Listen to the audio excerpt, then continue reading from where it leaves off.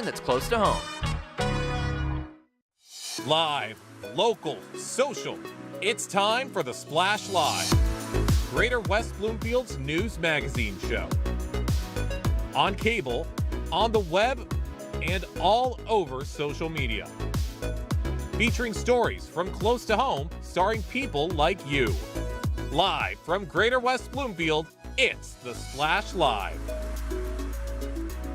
That's right. Welcome, friends and neighbors. We are live in West Bloomfield Township on site at Town Hall for an in-person, out-in-the-field version of the Splash Live today. Technology allowing us to go out and about all throughout the community, all throughout the week. Tell your stories today. We'll get the whole show for you from right here close to home in West Bloomfield Township. Welcome to the program. I'm Tyler Keefe. Thank you so much for joining us. It was an action-packed weekend in Greater West Bloomfield, and it all began on the hardwood out at West Bloomfield High School. The highly anticipated Orchard Lake Road showdown for the district title between West Bloomfield High School and Orchard Lake St. Mary's. Here are the top moments from Friday's game. For the fourth straight year, Orchard Lake St. Mary's meets West Bloomfield in the district round of the MHSAA Boys Basketball Tournament. The Eaglets, winners of 3 straight contests, including the past 2 district finals. The Lakers look to end that streak on their home court in front of a packed house. First quarter, Branislav Stoyanovsky is off iron on the triple try, but Harold Haynes crashes the board for the putback. Laker Nation strikes first. It would be defensive stops for both squads, and about 2 minutes before Elijah Hines' no-go is boarded and put back by Chad Willis for Lake's first points. Then some contact sends Kareem Pruitt to the charity stripe, where he hits 1 of 2. Eaglets up 3-2 halfway through the first quarter. Minute 40 left in the opening frame. Orchard Lake has been cold for almost 3 minutes until DJ Banks hits the heat check and breaks the Eaglet deficit down to 4. They'd get one more shot off before the buzzer, but it would stay 10-6 after the first 8 minutes of play. On to the second. Banks rejects the Jaden Brown layup, then a drive and a deuce for Kareem Pruitt makes it a 1-score game. Almost 2 minutes go by without another score until Stoyanovsky gets back on the board with a corner 3 and a Laker lead. Under a minute in the half, Ryan Hood pulls up at the elbow. Kareem Pruitt says, "Get out of here." Shortly after Orchard Lake, 7 seconds left. It's Banks to Hines, to Banks, and to the rim. Eaglets trail 15-12 at the break. On to half number 2. The whole town is in the house for the game of the weekend in West Bloomfield. West B strikes early in the third, then Orchard Lake hits Chad Willis in the restricted area for a quick lay-in. Eaglets down just 3. About midway through the quarter, Nasir Moore drives the lane, takes a hard foul in the process. A couple plays later, Moore attacks the hoop again, this time gets his own board, plus an and 1. Laker Nation likes that. The home team is back up by 4. Then it's Ryan Hood on the spin cycle, and guess what? The bank stayed open late. He'd cash in the bucket and expand the Laker lead to 6, one of the largest leads of the entire contest. Less than 30 seconds later, it's Hood again. He comes around the corner for another bucket. The Lake Show is surging. Both crowds are getting into it. We head into the final 8 minutes. West Bloomfield 24, Orchard Lake 18. Then the final frontier, fourth quarter at West B. 10 seconds in, Bela Matias hits the short J from the low block. It would go back and forth from there until the final few minutes. Eaglets trailed by 8 with 2:45 to go. Elijah Hines hits a jumper to cut off the drought and drop the deficit to 6 points. Minute 16 to go. Eaglets down by just 4. Matias with an intercept hits the brakes on the wing, and then the triple. Lake rides the lightning, and it's a 1-point game with 60 seconds to play. 42 seconds left in the game. Tough inbound for WB. Branislav Stoyanovsky escapes to the corner. He sets his feet and he drops the anchor from the corner. Bela Matias tries to answer, but Jaden Brown denies the call. Lakers confident in the final moments, and fans are feeling it. But Lake isn't done. Matias gets a bucket and a free throw. It's 37-34. Last chance for the Eaglets, but West Bloomfield gets the ball inbounds. Ryan Hood gets to the line and hits them both. It's 39-34. Orchard Lake would score in the final seconds, but it's all about the Lakers. They take the district title 39-36, breaking a 3-year finals weekend stretch for their crosstown rivals. After the game, Branislav Stoyanovsky was all smiles as he reflected on his game-changing corner triple. I mean, I definitely thought of making a shot like that so many times before it happened, and in the moment, I didn't realize the magnitude, but then once they called the timeout, I was like, oh my gosh, I did it. I made the shot. That three just part of the legacy that this classic will leave for the Lake Show, as head coach Arnett Jordan told me after the ball game. One of the things that I told our kids before the game was, you know, you guys did not win an OA title, but you can leave your legacy tonight getting my first district title and yours. So if you do this, forget everything else. Leave your legacy on the wall, and that's for this first district title. You could see the momentum building all through the district of us just coming together and making plays and doing the things that we're supposed to do. I think now we can say we're a team, and like they say, we're here. We're here. You heard them say we hear a lot after that game, after each of those wins. A big district round for West Bloomfield at home. Now they head out on the road Tuesday night. The regional round kicks off 5:30 p.m. tip-off at Lakeland High School for the West Bloomfield Lakers. They're going to have a tough go of it from here. It only gets tougher as it goes on. But one thing that's brought the team together has been family, has been tradition, has been the love of competition, something we heard a lot about out on Friday night at West Bloomfield High School as the Lakers took on the Eaglets. Both schools proud of their tradition, proud of this rivalry, and proud to make sports go well beyond what's on the court and out into the community. I had the chance to speak with many people out of West Bloomfield High School about just what that game experience meant to them. Roger Hood's son, Ryan, did not begin his career at West Bloomfield, but is looking to etch his name in Lakers history. That's no small feat, and neither is building the support system that has lifted these Lakers through a tough season. For families like the Hoods, it makes the game day experience far more than just a fun night of hoops. Very intense, and it gives us a chance to express ourselves through cheering and clapping and, you know, just motivating the boys. The support system is more than blood, it's community-wide. Longtime Orchard Lake St. Mary's assistant Marcus Webster says that is one of the primary reasons why games like the district final will last forever for his players and the Lakers. It's a good neighborly rivalry, and the kids know each other, the staffs know each other. We're well in tune with what we both like to do, and actually it's for a great matchup.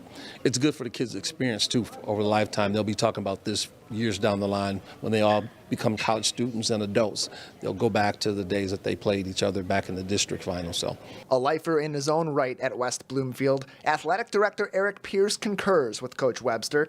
The wins are great, but it's the way that athletes achieve those victories that creates those lifelong memories. You always remember that moment in high school when you had the big game, the big shot, the big memory that you have. And we always say in West Bloomfield Athletics, if you had those memories. No better time was had by anyone else than Branislav Stoyanovsky, whose late corner three put the Lakers in the driver's seat in their 39-36 victory in the district title game, creating one of those lifelong memories, the culmination of every Hooper's dream moment. I mean, I definitely thought of making a shot like that so many times before it happened, and in the moment, I didn't realize the magnitude, but then once they called the timeout, I was like, oh my gosh, I did it. I made the shot. But then it was just time to get back into the game, play some defense. Evidently, the shot was also a game changer in the Lakers huddle, according to Coach Arnett Jordan. I had just ripped in to be right out of the timeout. He just looked at me and smirked. So when he went to go shoot the three, I'm like, all right, let's go.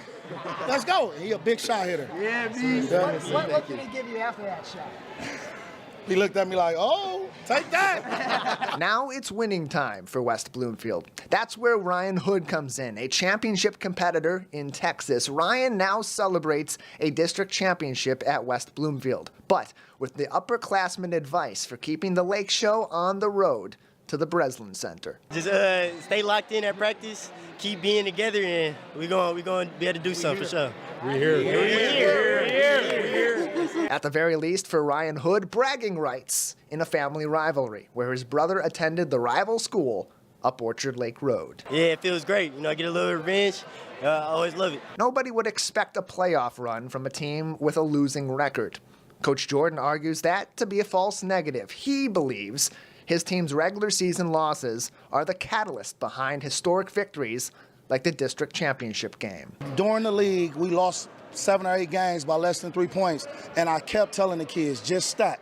Just keep stacking. Let's learn. Let's learn. Let's learn. So when Bruce turned the ball over, guys were like, that's okay. We got it. We got it. Don't fall apart because we've been here. At some point, it's got to flip. I got confidence in all these guys. You know, you could see the momentum building all through the district of us just coming together and making plays and doing the things that we're supposed to do. I think now we can say we're a team. And like they say, we're here. We're here.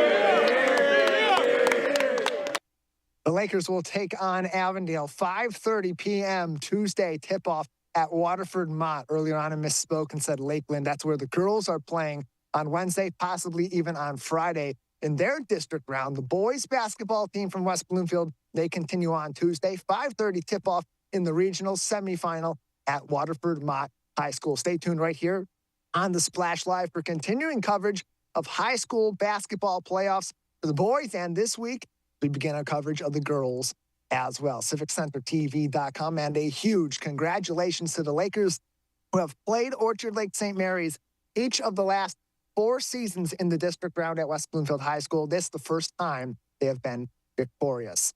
As we get to hopefully the end of winter, we've seen some variable weather lately, from sunshine to snow, but in Keego Harbor, their local staple, one of the hallmarks, one of the landmarks in the city is their local Dairy Queen that opened for the season, trying to push out the spring a little bit. I'll bring in our good friend Jake Schaff from our team, who was out there for opening day. Jake, thanks for coming on the show today. And what was the experience like that first day? It was kind of warm that day. It was sunny that day out at the Keego Harbor Dairy Queen. Much different from what we're having right now, but gets people in that spring spirit. Yeah, you're right. I mean, obviously, you look around today, the weather today isn't really reflective of what we're going through in Michigan right now, but you're starting to see that snow start to melt a little bit, the weather getting a little bit warmer, and all of these beloved establishments in Greater West Bloomfield are starting to open their doors again for the spring and the summer season. And the Dairy Queen in Keego Harbor is no different. That is one of the biggest symbols of saying, hey, warm weather is coming and winter is starting to go away. I saw quite a few people out there all enjoying their favorite ice creams. I may have indulged myself. I'm just going to be honest. But it was, I mean, you just take a bite of that ice cream and you suddenly start to envision what the winter is, or I'm sorry, what the spring and what the summer is going to be like all throughout the community. And it's such an exciting time. You got Punxsutawney Phil in Pennsylvania. You've got the Keego Harbor Dairy Queen in Greater West Bloomfield that tells you when spring is on its way. As you mentioned, Jake, so many people enjoying their ice cream that day that they didn't have a chance to talk with us even out there. They were just stuffing their faces with ice cream, celebrating the season, the warm weather. But it is really that big experience, that one of those big days on the calendar every year in the city of Keego Harbor. And even the conversations you had while enjoying some ice cream with the people in the heart of the lakes, is that the sense you got from? Oh, absolutely. Everyone is just so excited that the Dairy Queen is open once again. Stuffing their faces with that delicious ice cream. I don't blame them one bit. I mean, and we're just going to be continuing to see this in the coming weeks and the coming months all throughout Greater West Bloomfield as more and more establishments open up for the summer season and everyone starts to enjoy themselves throughout the community, and we get rid of this snow for good, at least for a while. You get outside and into the Keego Harbor Dairy Queen in that environment. It's outside dining with some treats along the way, and it is the calling card of spring in Keego Harbor. Jake, thank you so much. Of course. Thank you, Tyler. Have you go right back on out there. You'll see Jake on the Splash all throughout this week right here on Civic Center TV as we continue our coverage of all that's going on across Greater West Bloomfield. Those big moments, including the opening of the Keego Harbor Dairy Queen and so many others that will start their business for the season coming up. We'll take a quick break on the Splash Live. Plenty to get to on today. A lot of people to talk to as there is so much happening in our community. We thank you for joining us live from West Bloomfield Town Hall on Civic Center TV. Find local municipal meetings at our program schedule on CivicCenterTV.com. Find when your meetings air live or when they're replaying on our Civic Center TV live stream. Find it all at CivicCenterTV.com and click Schedule at the top of the screen. Hi, I'm Chris Fry, Park Superintendent, West Bloomfield Parks. Congratulations, Civic Center TV, on 1 million views on YouTube. Thank you for all you do in the community, and thank you for having me on The Splash throughout the season to talk about activities out in the parks. Chris Fry, proud to be one in a million. When I was in foster care, I never knew when I would have to move, so I always had my suitcase ready to go. Then one day, I was adopted. My new parents opened their hearts and home to me. My parents cook my favorite breakfast for me every morning. My parents take me on trips I never thought I would go on. They gave me a home and an even better reason to use that suitcase. My parents aren't perfect, but they're perfect for me. Carefully managed and sustainable forests are essential to Michigan, so wildlife has a home. Birds will thrive. Fish in our lakes and streams can enjoy clean water, and so all the people of Michigan can enjoy the benefits of the forest too. In fact, every branch of forestry ensures that future generations will always have a tree for life and forests for a lifetime. To learn how sustainable forestry benefits your life, visit michigan.gov/forests for a lifetime. And now, back to The Splash, live.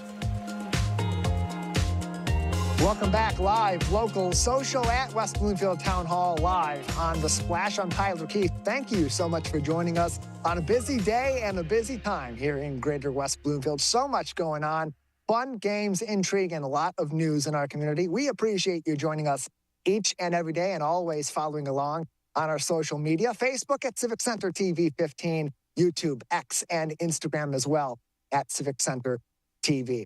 Part of the fun that's coming to our community includes people that have built a living on some social media stardom. Someone with thousands of followers from Instagram over a game that she learned to love throughout her life, Canasta, a card game that brings so many people together. The Canasta consultant, Rochelle Schuster, will soon be over at Temple, Israel, teaching you and yours how to play this game for family game night or when you get together with your friends or just to learn some new skills and strategy with a couple decks of cards. I had a chance to speak to Rochelle about her upcoming appearance at Temple, Israel, right here on The Splash Live. Rochelle, thanks for joining us today for this special preview. Thank you so much for having me. So exciting. Yeah, glad to have you on to talk about this because people want to learn new activities. They want something that's fun for the family, fun for them and their friends, something fresh and different that maybe they haven't played before. Why is this game the perfect option? Well, the funny thing is that this game has been around for a very, very, very long time. Mm-hmm. But for me, the goal of teaching people how to play canasta was to bring people together. It's really not about the game canasta specifically. It's about bringing people, like you said, your family, your friends, getting together and having a good time. But the game canasta is fantastic. It's played with 2 decks of cards. You could play with 2 regular decks of cards. And the best thing about canasta, it's a partner game. So you need to show up for your partner. So even if you are having a challenging day, you're going to table it for a little while, you're going to focus, and you're going to play. So that is my goal for teaching people this game, and Temple Israel is making it so exciting to come and meet so many people that I've connected with through social media. It's a night with a canasta consultant. Learn a little bit about the game, learn a little bit of the strategy, play a little bit, meet some people in the community.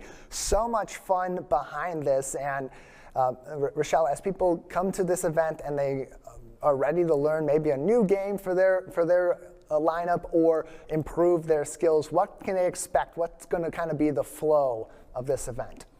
So the goal of our event at Temple Israel is to talk about a couple of things. It's about talking about starting a new career at a different stage of life, which is something that I've been doing and working on. It's about connecting with people. And then it's about getting together and playing. So we're going to have a Q&A type forum. We're going to talk about moving forward at the next stage of life. And then we are also going to have opportunity for people who are players to play with their friends. You can come and be solo. We will set you up at a table, and I will be there to monitor, answer questions. Canasta is a very interesting game because while it is filled with rules, there are rules and there are table rules. So we'll talk about that. And, we just want everyone to be included and come and have a great night out.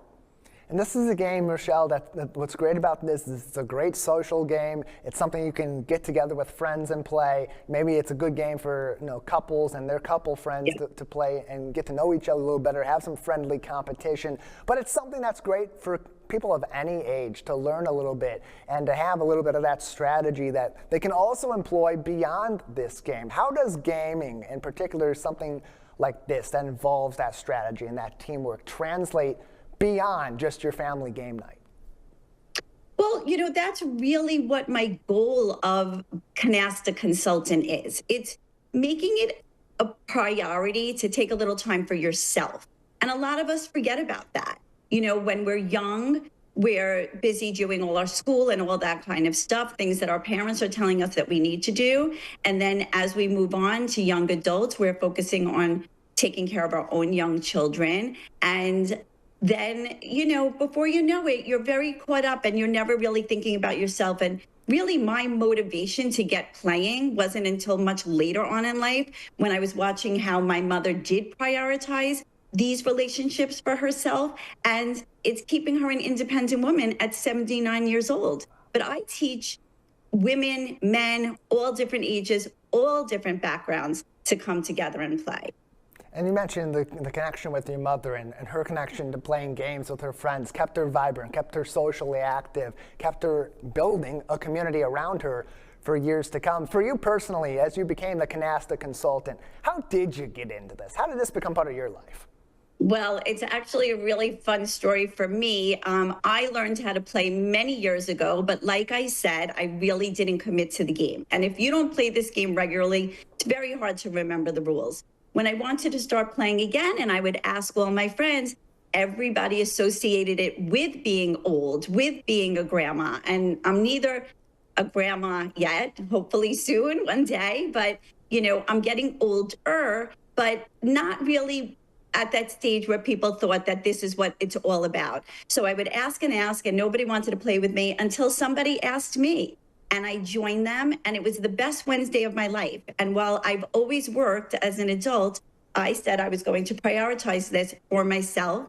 And I'm an elementary school teacher by trade. So when people would ask me a question, I would answer them. And when they would ask me the same question, I would answer them again and not make them feel stupid about it. So people would say, you should teach. But I wanted to break that stereotype. So I asked my young adult children to help me create this Instagram Canasta Consultant. I asked 29 friends to follow me. That was a year ago, September. Now I have over 10,000 people part of my community. 500,000 people watch my tutorials a month, and it has been incredible. A night with a Canasta Consultant at Temple Israel on Tuesday, March 10th, 6 p.m. at Temple Israel. More information can be found on temple-israel.org, or you can visit them on their Facebook page as well at Temple Israel MI. We're joined by Rochelle Schuster, who will be leading this class, teaching you how to play canasta, improving your game, and maybe even connecting with some people in the community. Rochelle, as you've held these sessions and taught people the game, taught them how the game can help them in other areas of your life, how have you found that just these courses alone have helped maybe build a little bit of community within the communities that you helped out in? Well, it's interesting. When I started my social media platform right away, and I want you to know I didn't even know how to make a birthday post. So this was a learning curve for me, and it still is a learning curve for me. But what I quickly found out is that people want to make friends, and it's a little challenging sometimes to do that at this stage of life. When you're not making your friends at school or through your children. So a lot of people would reach out to me, and I very, very quickly started Matchmaking Mondays. So every Monday I will post Matchmaking Mondays, and the goal originally was to find people who wanted to learn how to play, and I would teach them in my community. And I've done that, and it's been amazing. And I've connected so many of my personal friends with other people. However, now when I post on Matchmaking Monday, I suggest people to write in the comments. I live here, I live in this city, I live in the state, I'm in New York. I'm coming to Michigan because they found me through social media, and I love that. So, it's a way to connect. People want to make friends. We we're so busy being on our phones and scrolling, and you forget how important real life connection is. So I hope that by giving people an opportunity to try to connect that way, we can bring that back to life. How do you find, and it's an interesting point that you make about the technology of our modern day, how it kind of disrupts our social dynamics. How do you find that learning this new game, maybe with a loved one, maybe with some friends, employing it into a game night, helps to restore some of that, for lack of better terminology, normal social communications? Listen, it's important, and the thing about doing something like this as a game, it's not expensive. So, not every plan has to be around a big night out. So it is a way to connect. I do teach a lot of women, but you've mentioned couples, and very often after I do teach the women, they want their husbands to learn. And it's a really fun way to come together, whether you have a steady game or, once a month get together with a group. So my husband doesn't play, but that's okay. But, it really is a wonderful way to connect with people. And even, children. Canasta is a challenging game. I don't teach a lot of children how to play canasta, to be honest with you, but I'm sure they could learn. But it's really more about getting together. Every time I think about canasta, and even just getting ready for this show today, I kept going back to thinking about, look, it's a complicated game. It's a little bit of a team element. There's a lot of different rules flying around. It's kind of like we play this game in Michigan called euchre. It's a big game all across the state of Michigan. Pretty much everyone knows how to play it, except for me. Don't tell anyone. So, this kind of similar connection gives people a new game to maybe try out in their homes here in Greater West Bloomfield. Rochelle Schuster's with us. She'll be hosting a night with a canasta consultant at Temple Israel on March 10th. Anything else we should know before we have to say goodbye today? Just, go for it. It's okay. Don't feel like you're not smart enough, that you don't have people to play with. Find the people. Maybe I can help you find the people. So reach out to me if that's something that you're interested in doing. I would love to see you. And I can't wait to meet my friends at Temple Israel in Michigan. Thank you so much for this opportunity. Yeah, we're glad to have you on and welcome you, and hope to see you very soon. Have a pleasant time when you join us out here in Greater West Bloomfield in March. Rochelle, thank you for your time. Thank you. Such great energy from Rochelle talking about canasta, but even more talking about how canasta and her efforts bring people together. That will be happening at Temple Israel coming up in just a little while, mid-March here in Greater West Bloomfield. Visit them on their Facebook or Instagram page at Temple Israel MI for more information. Close to home on your television screens on the national side, you may have just recently seen a very familiar face on one of the most popular syndicated shows on planet Earth. Reverend Elizabeth Hurd from West Bloomfield United Methodist Church was recently a contestant on Jeopardy and joins us now right here on the Splash Live to tell us more about her experience. Reverend Hurd, thanks for joining us. Yeah, thank you for having me. Happy to have you on. You had this great experience. You got to go on one of your favorite shows. What was that experience like for you? It was honestly so surreal. I mean, I've been wanting to be on Jeopardy since I was in high school. And so to go through the entire test process and audition process and finally get that call was just a dream come true. And then to be there, I'm still pinching myself. I'm like, was that real? Did that happen? I mean, it did. It aired. So, but it was fantastic. Yeah, it may not have been the result you wanted, but it's still the result ultimately you were going for was to get on the show and have that experience. So, having thought about it for so long, as you mentioned, wanting to be on that show since you were in high school, now getting a chance to do that, did it fulfill all those goals, all that thought you may have thought it was going to be like? I mean, you're right. It wasn't exactly the result I wanted. I think anybody who goes on the show is like, I want to win the game. You don't go on and think I definitely want to get second place. But my real goal was just to make it to final, not go negative and get there. And I did that and I'm proud of it. And, second place on Jeopardy is second place on Jeopardy. How many people can say that they've done even that? But yeah, it really was a dream come true, and was an incredible experience that I just get to say I had for the rest of my life. I always wonder this when I watch Jeopardy. I think about it. I'm sure many people at home that watched you here in Greater West Bloomfield have the same question. How do you prepare for the breadth of knowledge that you need to compete on a show like that? Yeah, Jeopardy is such a general knowledge show. Really, your knowledge base has to be about a mile wide and an inch deep. So, a question, like one of the questions I got was about science experiments, and it was an $1,000 question in the first round, and the answer was Louis Pasteur. And that was not something I was 100% sure about, but it was a French scientist in the 1860s. Usually you're going to be talking about Louis Pasteur there. So really, you just have to love learning. You have to have a lot of knowledge about a lot of different things. And, I also went on, there's a website that's created by a fan that has archived every single game since the Alex Trebek era started. And I just went and looked at games from like 10 years ago up to the present day to just get a sense of what kind of questions do they ask, what usually pops up, how do they phrase the questions. And so there is a little bit of training that goes into it, but there's no great way to prepare. You have no idea what categories you're going to get. You have no idea what you're going to be asked on the show. You just have to kind of trust that you know enough to be there. Reverend Elizabeth Hurd is with us from West Bloomfield United Methodist Church, and most recently from Jeopardy on national TV all across the U.S., including in your homes right here in Greater West Bloomfield. You mentioned that this was a long process for you. You get on the show, you get to achieve that dream, but then you got to keep it secret because it doesn't air the next day. What was that like for you? Luckily, I was luckier. My entire taping cohort was luckier than most because we only had 3 weeks between taping and airing. Usually there's a couple of months between there, but we were the first original recipe Jeopardy shows after their tournament break.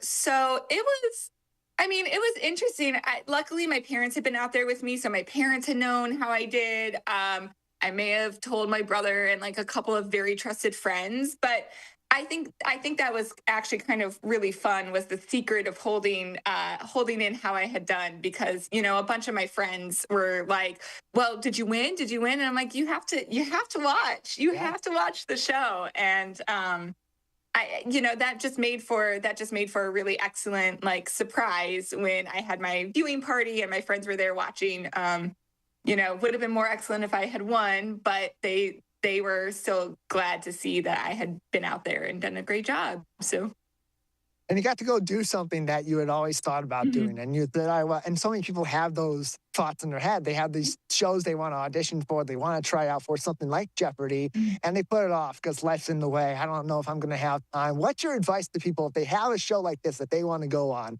why they should apply? Just apply. I took the various forms of the Jeopardy online test, from like the teen test, the college tournament test, the regular adult test, and then the anytime test when they started that in 2020. I took that every single year. And so this was like 17 years in the making.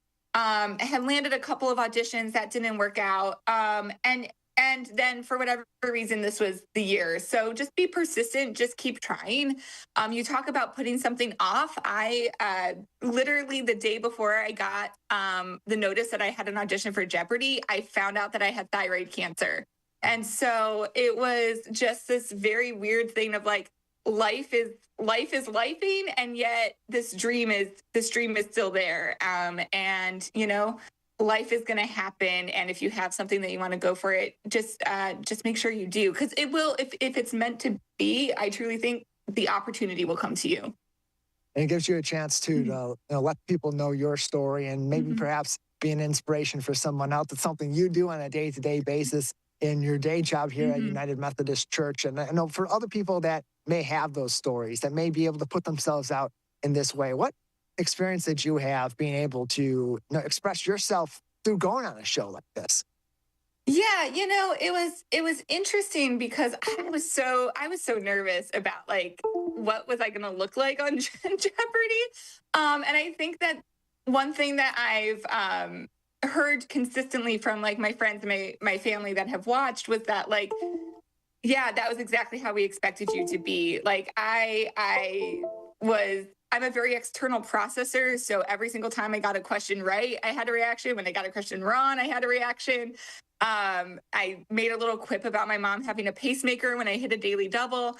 And it was just like, all my friends have been like, yeah, that's who you are. And so it was just a wonderful experience to be on a national stage and be able to fully express, like, I don't know, Jeopardy sometimes is so serious, and I'm not always the most serious of people. And it was fun to just bring a little bit of light and levity and fun to the stage.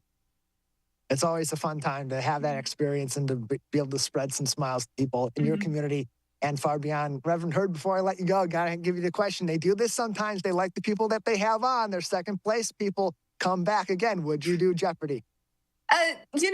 Absolutely. If Jeopardy called and was like, "We want you in the second chance tournament," which I would be surprised if they called me back. But absolutely, if they called and said, "We want you in the second chance tournament, we want you to come back," I was telling people the problem with Jeopardy is you play until you lose. And then you play and it's like addicting. You're like, I want to go again. How can I go again? So absolutely, if they called, I would go back. But I would also be very surprised if that happened. Well, you got the community here behind you, rooting for you to get back on that second chance season. We're calling on you, Ken Jennings. Get Elizabeth Hurd back out there. Reverend Hurd, thank you so much for your time today, and congratulations. Thank you.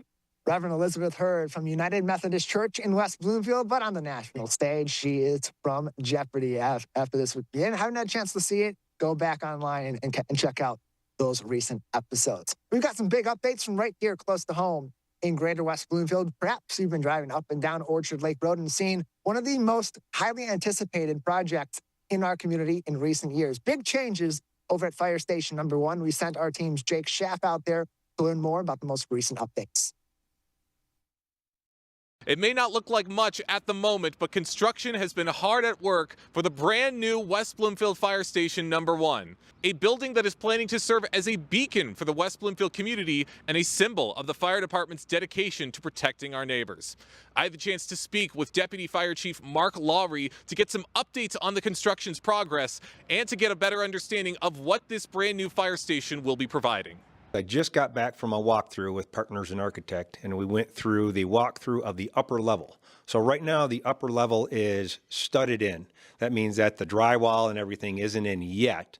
And the reason that we do the walkthrough is to make sure that we're getting all the electrical and all the low voltage drops and everything where it should be before we close the walls in. So right now it's set up where there are 3 bunks. There's the officers' quarters, the officers' office.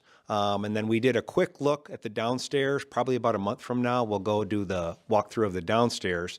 And that's when all of those walls will be studded in and ready to kind of do a final preview before they close it up. What would you say are maybe the next steps in terms of this construction with Fire Station 1? So currently, as soon as they get done with our approval of where all the plugs and everything go, they'll start to close that up, and then they'll move to the basement and do kind of the same process. So they'll put all the studs in, make sure that everything is where we want it before they close anything in. And that's where I was saying about a month from now, we should be looking at that. Currently, we are still on time. We're still on budget, and we're expecting, hopefully, to have this open and operating out of it the end of December. Now, I would imagine with Fire Station 1 currently being closed, there's been a little bit of rerouting for some of the officers. What has that transitional process been like for the fire department? So luckily for us, we've been through this process before. If you remember when we closed Station 3 for a little while and rebuilt that. So we basically did the same thing. We reallocated assets and personnel to make sure that we could still cover all of the areas that we needed to cover. So yes, it's a little busier in the south, and some of the other stations are picking up the area that Station 1 normally covers, but there's been 0 drop in service. What is it like to really finally be putting these plans into action and starting a new chapter for Fire Station 1 in West Bloomfield? And we would like to take all the credit for this, but we know that that's not true. This has been a team effort with everybody from town hall staff all the way through to the folks that are out there hanging studs right now. We've had a ton of support with our planning, with our building, with our finance. There's a lot of folks that have helped us and are in on a lot of the planning meetings, which is why this, as a collaborative effort, is going so smoothly. We're doing better this time than we have in the past, and we're just simply learning from mistakes we made earlier. Any final words you'd like to give to the West Bloomfield community about this construction and what's to come next? We appreciate the support that the community gives us, and we understand that it's a bit of an eyesore right now. But when it's done, we will all be proud of what the final product looks like.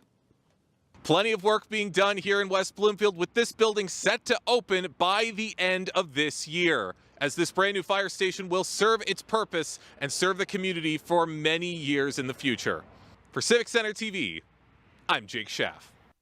I had someone that saw me recently out in the community and was asking, like, hey, you guys kind of know what's going on here. You know pretty well what's happening. What's with that building on Orchard Lake Road that they're doing all this construction on? What's going on? It seems like a big project. And Fire Station number 1, they're making some huge changes over there, and they have given us so graciously that inside access to keep you updated. We'll continue to keep you updated on Fire Station number 1 in the months ahead. You can also get more information, including very helpful safety tips from the West Bloomfield Fire Department on their Facebook page, facebook.com/WB Fire Department.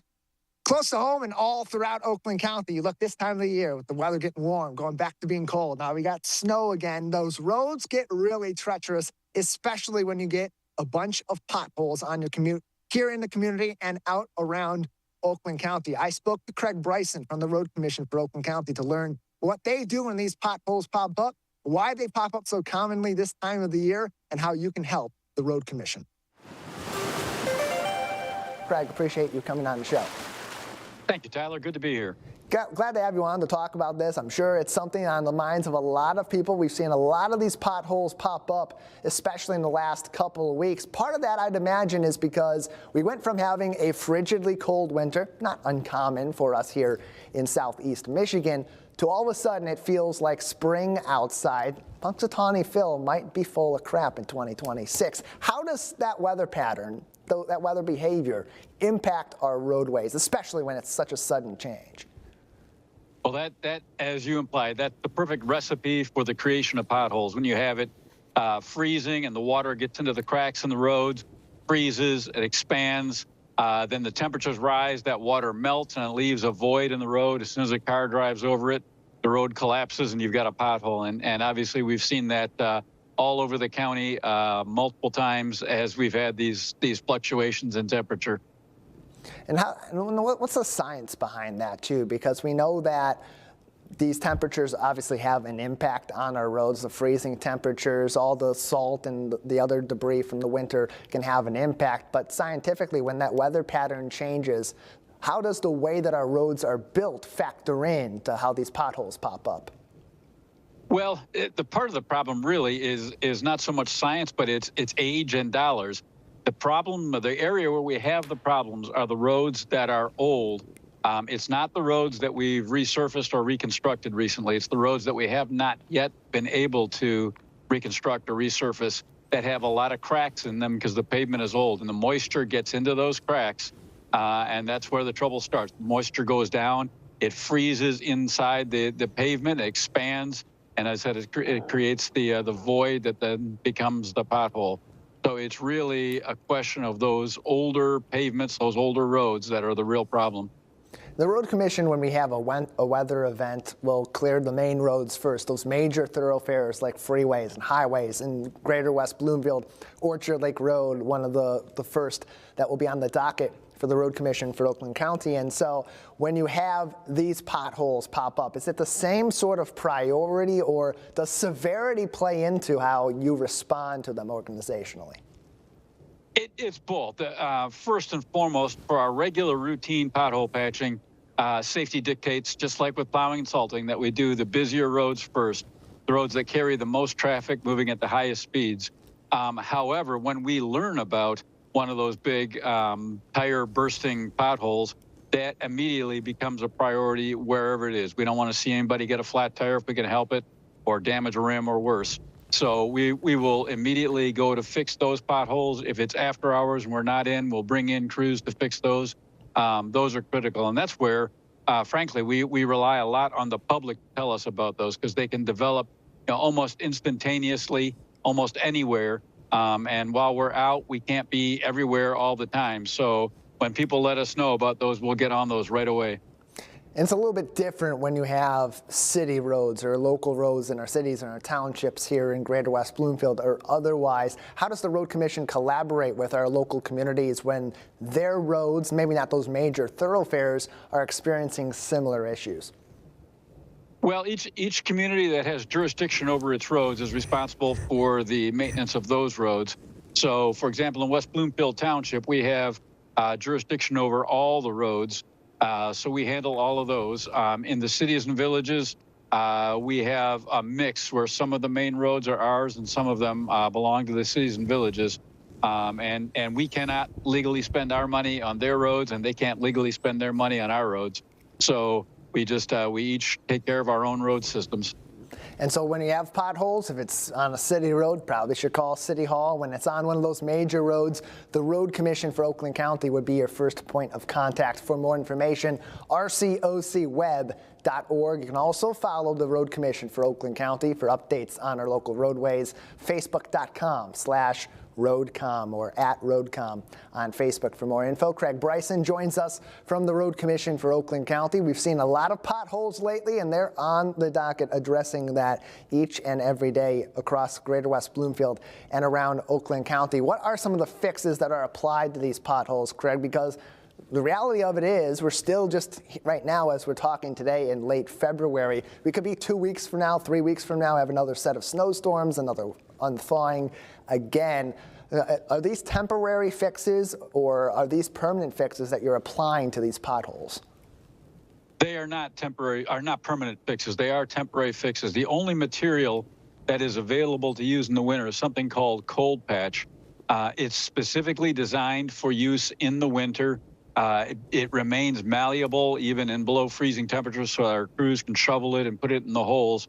The problem is, though, it is not the same kind of asphalt that's available in the summer and the spring when the asphalt plants are open.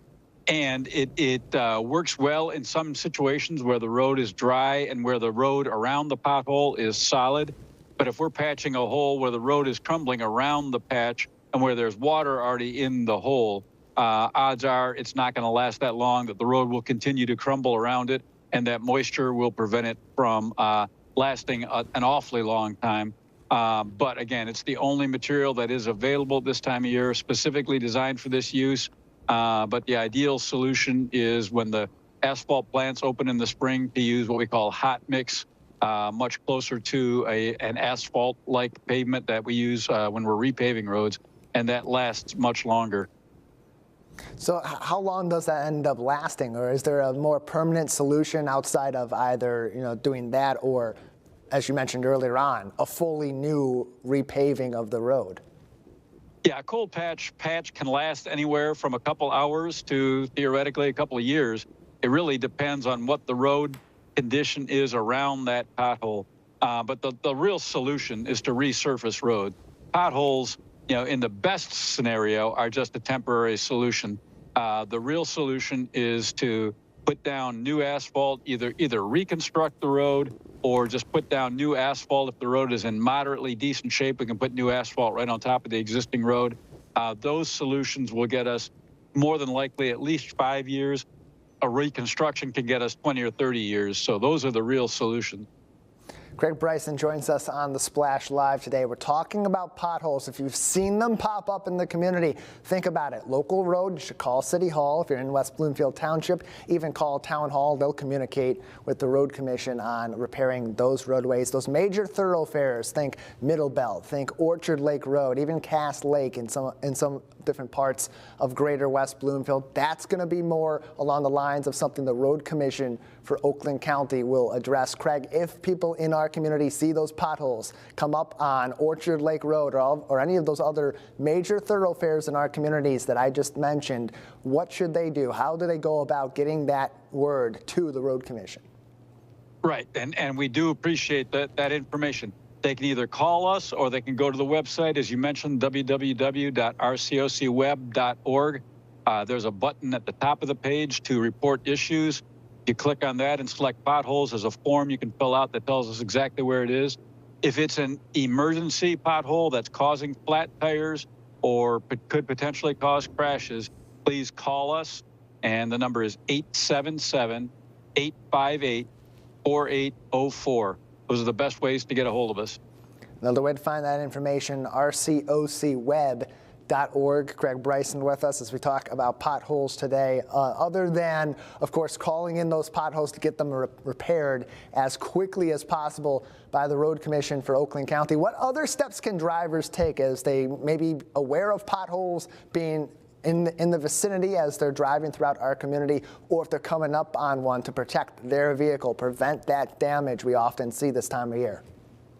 Yeah, because of the nature of the weather this time of year, you never know when or where a pothole is going to pop up. So, the best thing you can do is slow down, be aware of your environment, assume that there may be potholes, and just take it slow, particularly on those roads. If you've noticed them in the past, they probably will be there again in the future. So just slow down on those roads in particular. Don't swerve, just kind of like deer. Don't swerve into oncoming traffic to avoid them. Better to get a flat than have a head-on collision. But if you slow down and take your time, hopefully you'll hit them with less severity and hopefully minimal damage. Craig, anything else that our audience should be aware of regarding potholes or other common issues we see as winter weather fluctuates, or in the weeks ahead as we get toward that final transition from winter to spring? Well, one thing I think a lot of people don't realize is that while there are certainly more potholes than any of us would like this year, there are actually far fewer than in recent past years. Since we got some additional funding from the state starting in 2017, we've resurfaced more than 600 miles of roads. Most of those roads were the ones that were most prone to having potholes.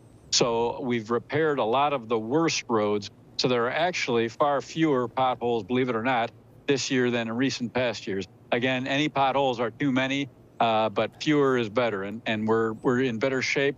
We will resurface more roads in this year and the coming years and gradually chip away at those roads that are most likely to have them. And maybe one more thing that makes all this construction we see around Oakland County a little bit less frustrating is going back earlier to our conversation where you said, hey, those newer roads, less likely are going to have those potholes pop up than on some of the elder ones in our community. Craig, always appreciate your information. Thanks for joining us today. Thank you, Tyler. Appreciate it. As we talk about the potholes in our community, we had him on the show last week, talked to him about all this, and it's a big issue in our community. So hopefully that info will help you going forward. It's also a time for celebration in our local Muslim community as they celebrate Eid al-Fitr coming up. But before they get to that, a big celebration coming up on Sunday, March 7th from noon to 8 p.m. at West Bloomfield High School. We've got a couple of people with us to tell us even more about this conversation, this big event, the Eid Bazaar at the middle school. Farzana and Ariba Alam join us now on the Splash Live. Thank you both for being with us today. Thank you so much for having us here. Glad to have you both on the show today. Farzana, I want to start with you. Just tell us a little bit about this bazaar, this event that you're having at the middle school that will bring both our local Muslim community and the greater community together in celebration. Yeah, we are very excited for this event again this year, and the vibe is warm, vibrant, and welcoming. It's colorful, lively, and full of positive energy. You will hear laughter, smell amazing food, see beautiful, shiny, traditional outfits, and jewelry, and feel a real sense of community. It is not just shopping, it is a celebration. And part of that celebration is inviting other people in too. It's not just limited to those in our local Muslim community. It's a great way to show the celebration and the unity that goes from your community religiously out to the greater West Bloomfield community beyond. How does something like this help to bridge some of those gaps and give people the knowledge of your culture? Yeah, Eid is a time to celebrate gift giving and gathering with loved ones. At the bazaar, families can find everything in one place: traditional clothing, jewelry, and gift items and henna and food. So instead of driving all over different stores, you can find everything under one roof and prepare for Eid, and supporting local small vendors and businesses right here in the community. So everyone is welcome to join. this bazaar.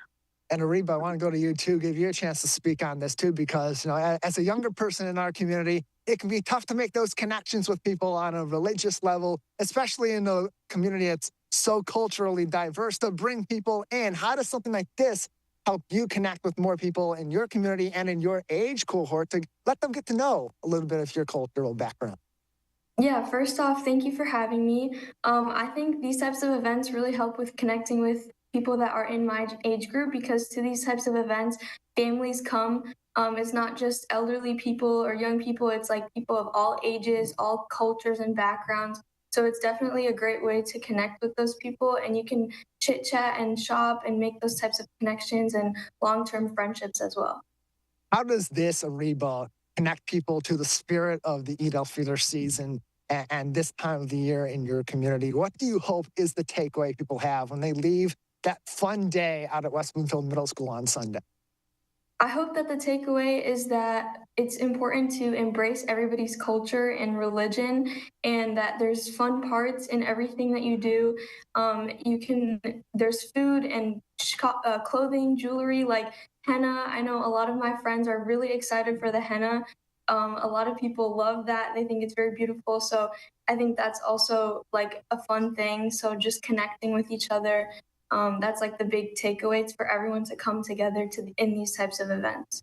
And that's what's so great about these sorts of gatherings, especially in the multicultural community like Greater West Bloomfield. Farzana, we're short on time, and I apologize. We're going to have to get going pretty soon. But before we do, I want to go back to you, because this is really what all of our religious communities are about, bringing people together, celebrating as a community. So for you to be able to organize something like this, be a part of something like this once again in 2026, how does it warm your heart?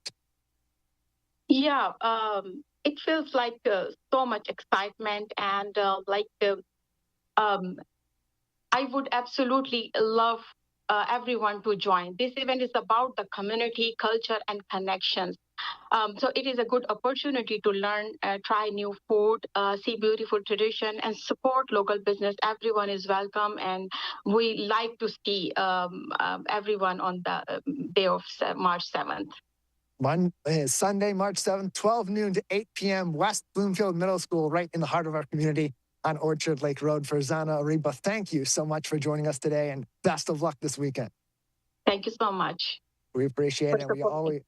We appreciate you both for coming on, letting our community here on our viewership know about this. It's a great way to connect our cultures in Greater West Bloomfield, and create some additional unity, and have a really enjoyable day together. So again, that's going to be noon to 8 p.m. on Sunday at West Bloomfield Middle School. That does it for us live outside of West Bloomfield Town Hall. I want to give a huge thank you to our entire team. This was no easy effort today. Ryan Younglove and Calvin Brown at Master Control, making this happen on the technical side. Can't say enough thank yous to Jake Schaff on this side of things, my producer today, my co-host for a little bit, making this show happen. We thank you, as always, for tuning in. Live, local, social, it's The Splash Live on Civic Center TV.